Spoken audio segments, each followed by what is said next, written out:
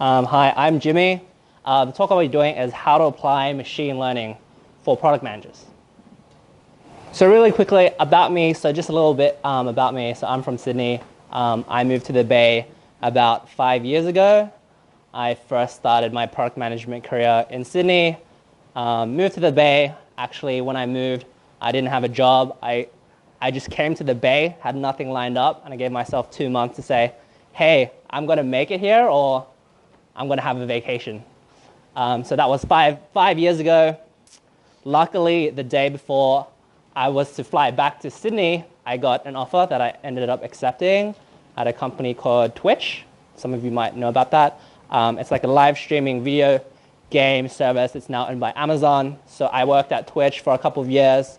And there I was the product manager for all of their mobile products. And now I work at Lyft, where I'm a product manager as well. I've been at Lyft for about 2.5 years now. And most of my time I've been working on a problem called dispatch, which is when a passenger requests a ride, which driver do we send them? And right now I'm working on a problem which is cancellations.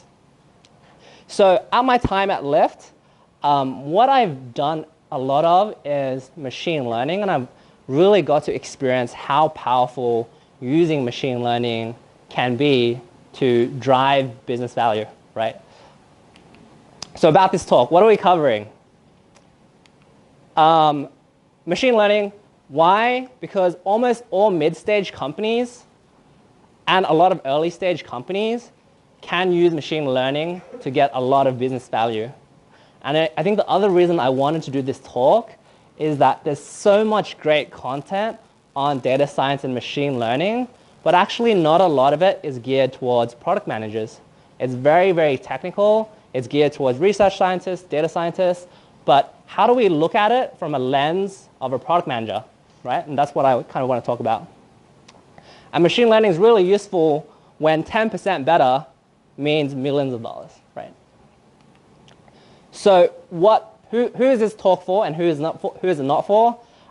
This talk isn't for people who want to create machine learning systems themselves. I'm sorry. There are a lot of great talks for that out there. This talk is for product managers, or it's for people who want to be product managers, and it's really looking at the lens of there's an assumption baked in, which is you're working with you're working with data scientists, and you're working with engineers, and you're working with research scientists, right? So we're not going to cover anything super technical. And really, this is an introduction. My goal is just to get people excited. So really quickly, introduction, what is machine learning? So here's the quote I pulled from Wikipedia. It's basically using algorithms or statistical models to perform a task without using explicit instructions. And we'll go through some examples. So there's a few different types. I've outlined here the most common ones. So classification. So this is a really, really common problem. You might know this from Silicon Valley, hot dog or not. This is a classification problem, all right? Is this thing actually this thing or not? So we have common ones are like, hey, is this user fraudulent? Is this comment spam? Will it rain tomorrow? Right, so here are some other examples of technology that uses this type of machine learning. So we have spam classification from Gmail.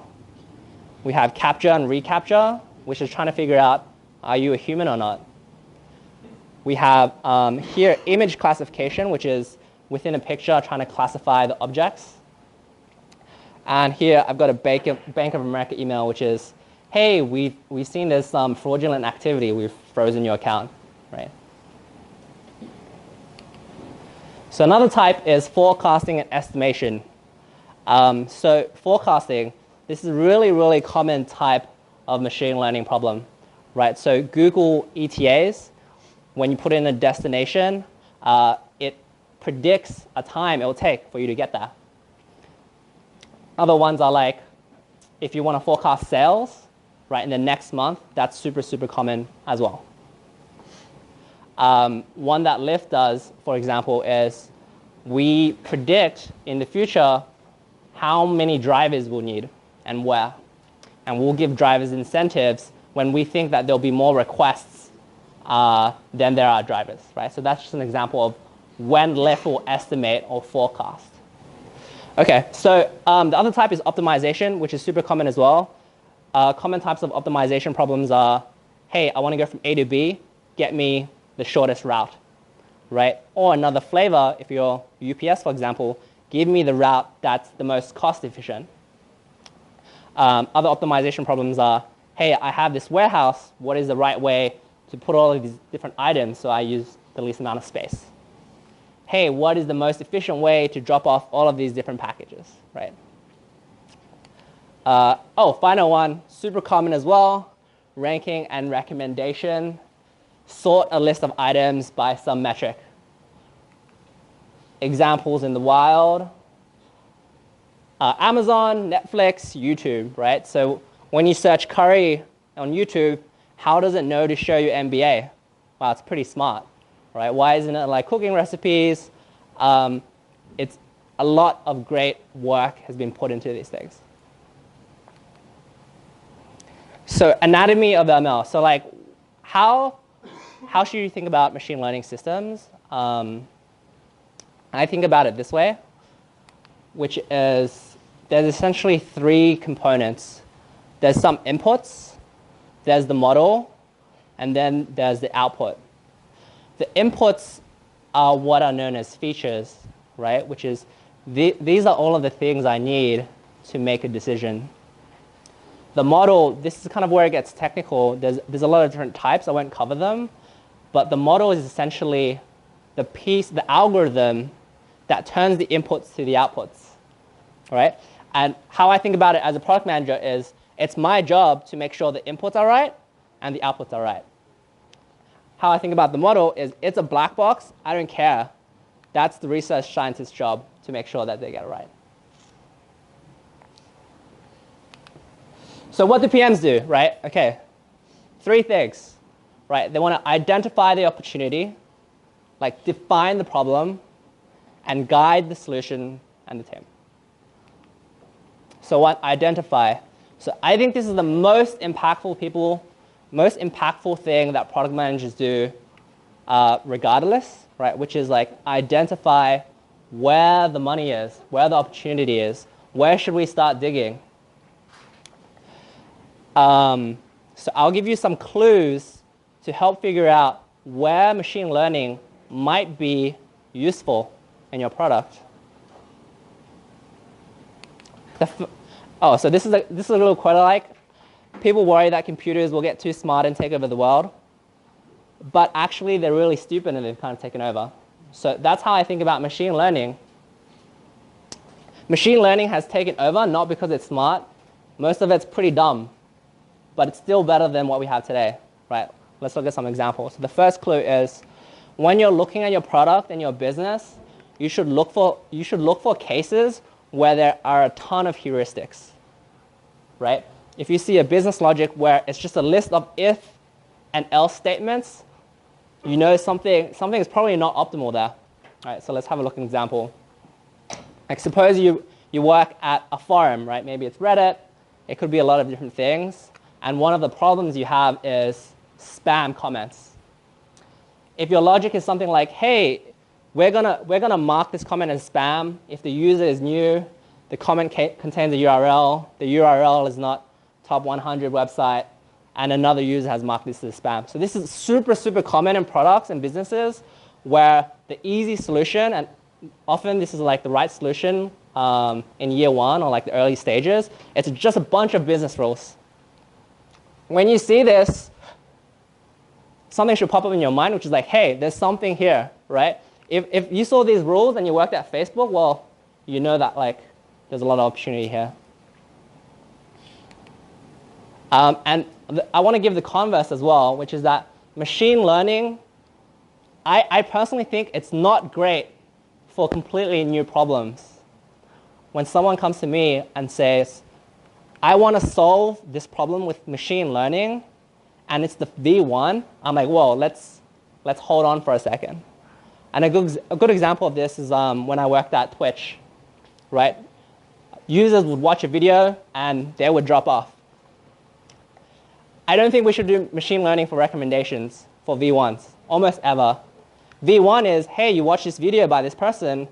Do you want to watch these other videos by this other person, by the same person? Or do you want to watch these channels that you've watched in the past, right? So I don't think machine learnings are great first steps. The first step should be something really simple. Okay, 2, we need to define what the problem is. Define what success looks like. Set the right target. So let's think about recommendations on YouTube. What is the right success metric for YouTube recommendations? What should YouTube recommendations be doing? Should they be maximizing your likelihood to click the recommendation, right? Or should it be more likely to maximize the time you're watching, right? I think this is like a great problem and a great question for product managers. Do we want more views? Do we want more click-throughs? Do we want more watch time? And that's part of the problem that the product manager is trying to define. And 3, which is guide. And this is about making sure your team has the right context to the problem. So something I do with my team every time we set up a problem like this is we brainstorm the inputs. So if we're working on YouTube recommendations, what do you think is relevant? Like what might help a machine figure out what recommendations we should give you? And I think it's a great way for product managers to contribute to the process, which is to help brainstorm these different features or different inputs. Right, so 3 things: get inputs, the model, which is like a black box, and outputs. And I think I said this again. I said this before, but I'll just reiterate it. For product managers, we care about the inputs and the outputs. Everything in the middle, just assume it's magic, basically. Okay, one quick thing is that accuracy is a poor metric. I don't like when I hear this word accuracy. How accurate is our classifier? How accurate is our model? I'll give you an example. If I told you I have a piece of software that can predict whether it will rain in San Francisco with 82% accuracy, who thinks this is a good piece of software? 82%, that's pretty good, right? Anyone? All skeptical? Okay, so I'm going to show you what this piece of software looks like. Is it going to rain? No. Boom, 82% accuracy, right? So accuracy is like super misleading, right? If someone's talking about accuracy, my base assumption is they probably haven't done too much machine learning. But what you really want is some kind of baseline for your model, right? And something simple like just assuming one class is a great baseline. Another great baseline for weather is, what's the weather going to be today? What it was yesterday, right? Super simple. So I've just listed some better model evaluation metrics here. I'm not going to go into them. They're a little bit technical, but if you're interested, you can click these links. Okay, so what do PMs do really concretely? Outline the opportunity, define the success metrics, brainstorm features, define how the output is used, and like set some good baselines, right? This is everything I do when I'm working with my team on a machine learning project.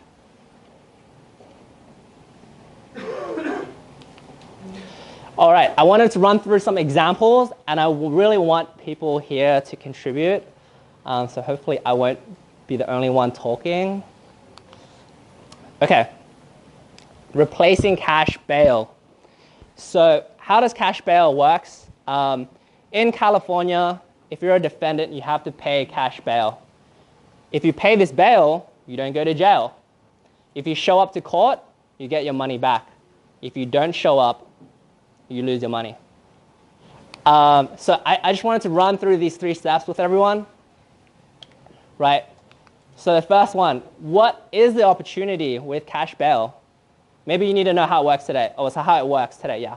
How it works today is basically, it's more or less up to the judge's discretion, and there's a guideline that sets how much the amount should be.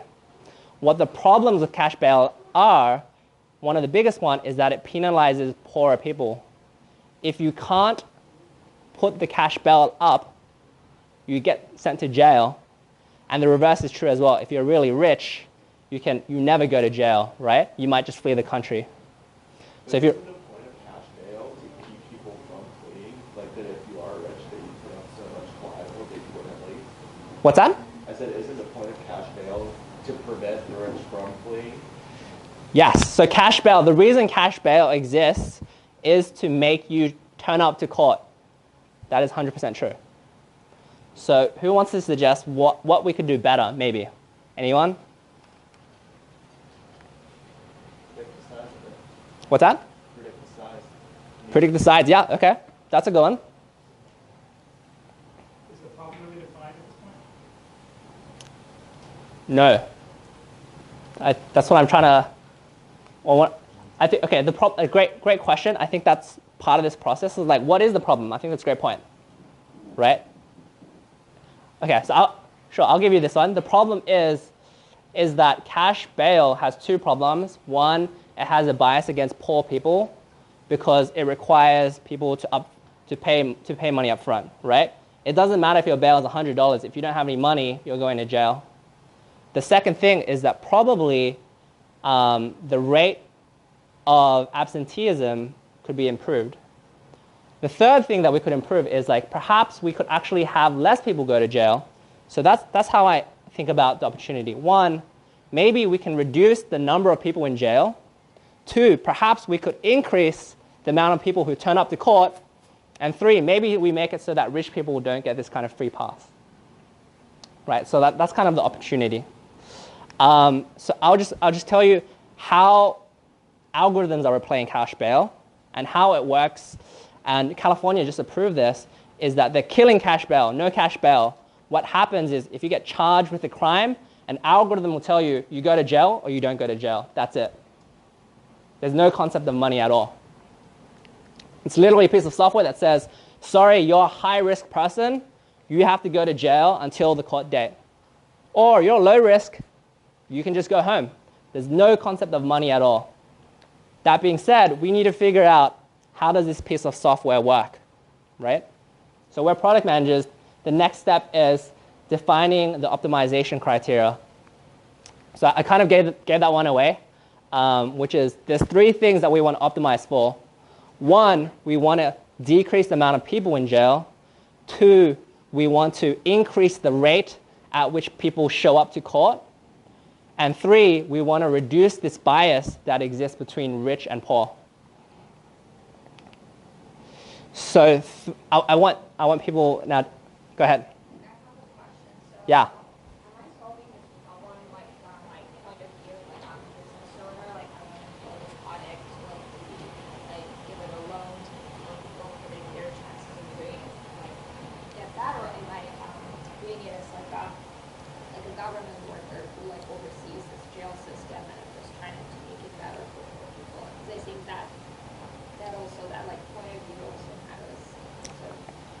You're saying, are you like a business owner or? Yeah, great point. Yeah.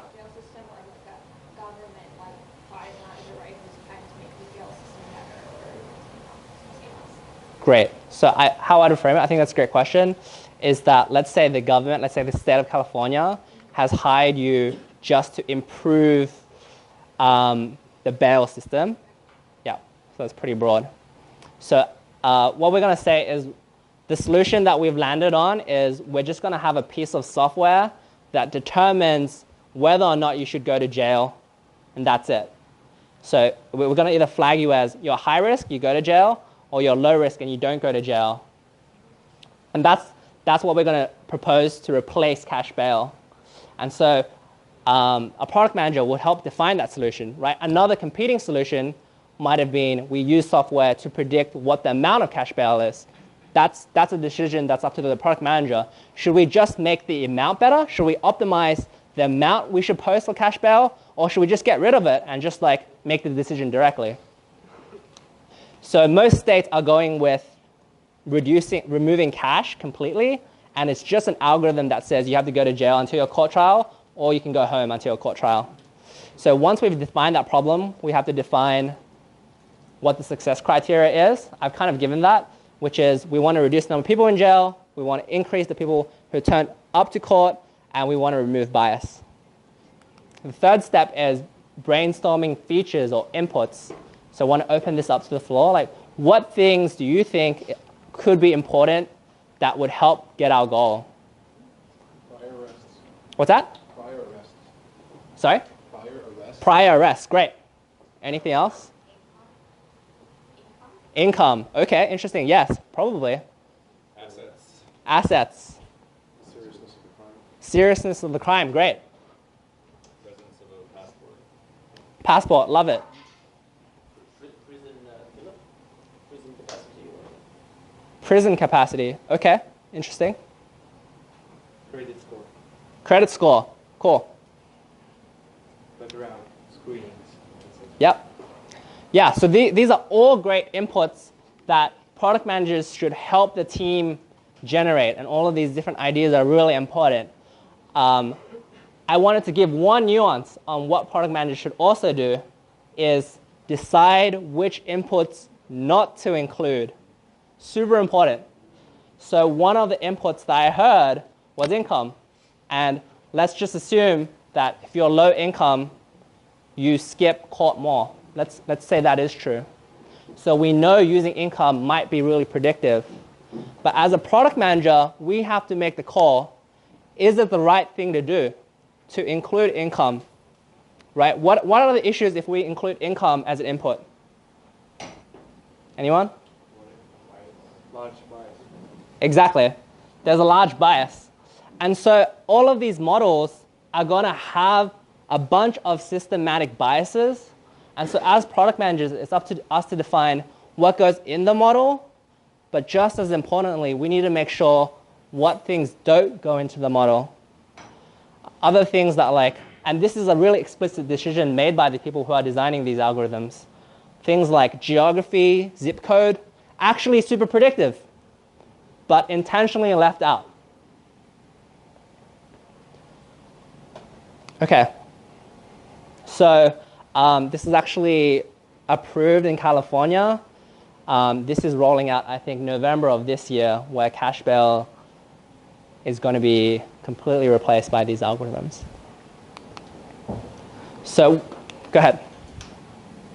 Is there, I don't know how much you know about how it's going to be implemented, but Yeah. is there a bit of someone overseeing it to begin with to see if the model comes out with good recommendations? I believe so, yes. There's a great podcast that I listen to on Planet Money. You should listen to it if everyone likes podcasts.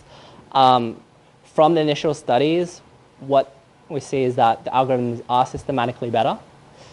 That being said, it is controversial, I would say, so there's a lot of discussion about whether it's the right thing or not.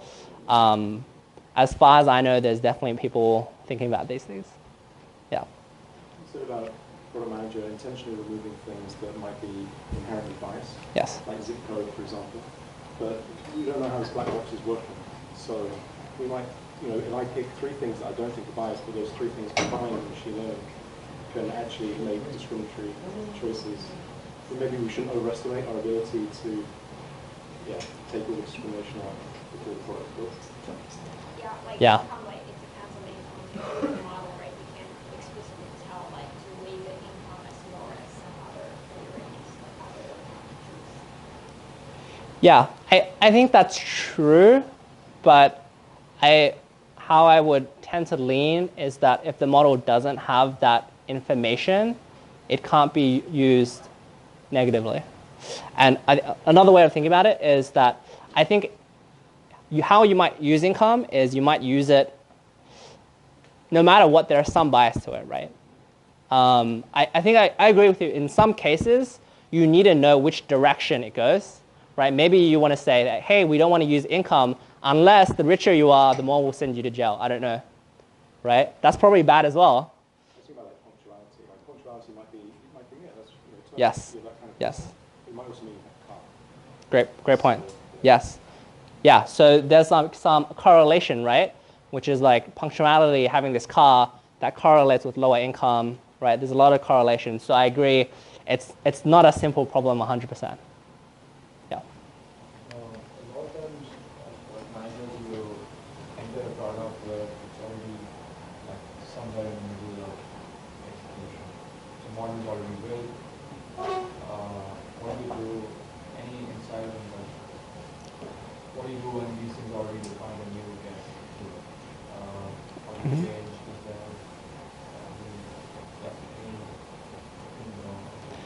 Yeah, so the question was, a lot of the times as product managers, you join halfway through a project, maybe it's defined already, maybe you're inheriting a system. How I tend to think about these models is that my experience with models is they're iterative. You ship something, and then you ship another version, and you ship another version. So I would say if you jump on a project and it's like being defined already, it's near the end, my tendency is to say just ship the first version at least. And then in the next iteration, try to make it better, remove the biases, improve the accuracy, make more money out of it. Great. Was there a question over here? I think you kind of answered it. I was just wondering if it makes sense to start for the MVP to, if you don't know about the biases, just include all the features first, and then go back and remove the biases, versus the other way around where you start with very few features. Yeah. What's your experience? Yeah, so the question is, should you just start with everything and then remove the biases? I think this is product specific. It really depends on what your product is. If you're building this, I would say that's probably not good enough, right? If you're building like something that's related to healthcare, sending to people jail, I would say probably not. If you're building a video recommendation algorithm, I would probably say it doesn't matter, so do it. So I think you just use some judgment here. Things that are mission critical, like to people's lives and their livelihood, I think bias is a really important aspect. Something that's like more inconsequential, I just tend to lean to saying just do everything. So, yeah.